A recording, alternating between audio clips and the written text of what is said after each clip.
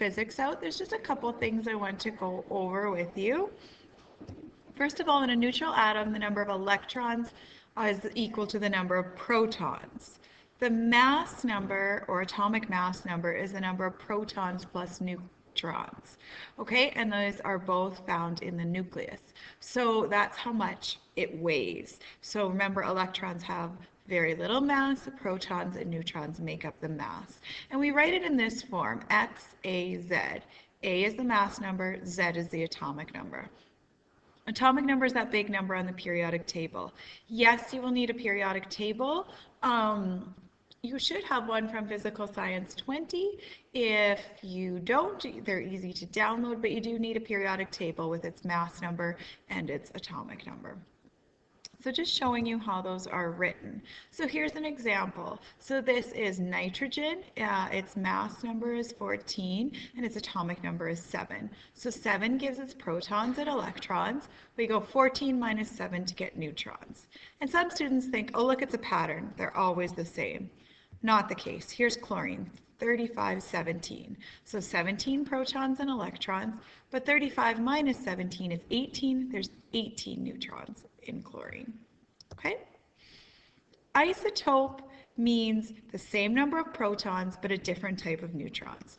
So the number of protons is really what decides what element it is. The neutrons just changes its mass. So there's the same chemical properties because it's still the same chemical or the same element, but its physical properties are different because it has a different mass, so it's heavier. Okay, the separation of isotopes is difficult because they all behave the same. They need to be separated using a process depending on physical properties. So oftentimes we leave out the atomic number and we just put the mass number when we're talking about isotopes. So we can say O16 and O18 or oxygen 16, oxygen 18. So just a different isotope of oxygen. On the periodic table, the mass numbers do not have whole number masses, so you would have noticed as like 16 point something or 14 point whatever. This is because based on how many isotopes there are. Okay.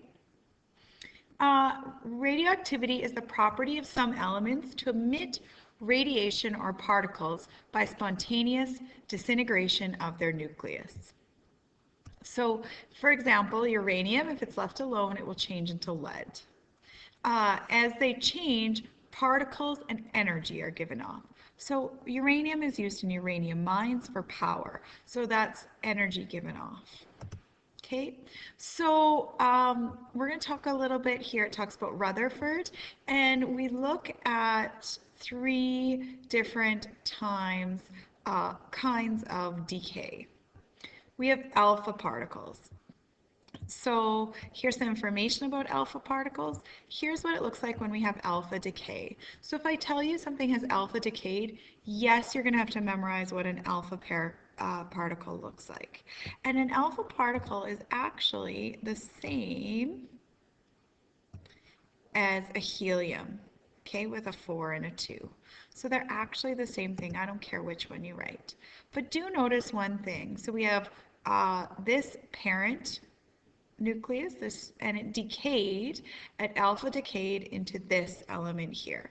Notice that 164 and 4 added together, so on the right-hand side of this equation, it added to be 168. 75 and 2 adds to be 77. So just be aware of that, those numbers.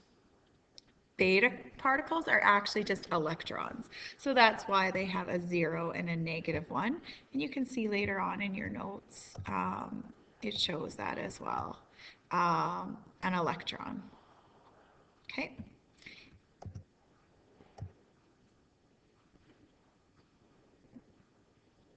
So some information about them. And yes, if I write beta, this is actually beta negative decay, it would look like this. And there's also something called positive beta decay that looks like that.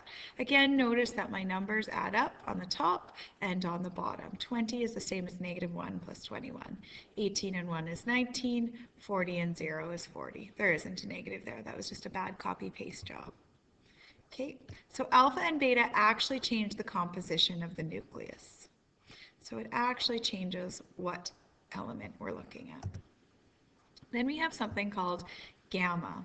They have no mass, no charge, high energy, short wavelength, have the highest penetrating power, can penetrate through 30 centimeters of lead, do not change the composition of the nucleus, and are also called photons.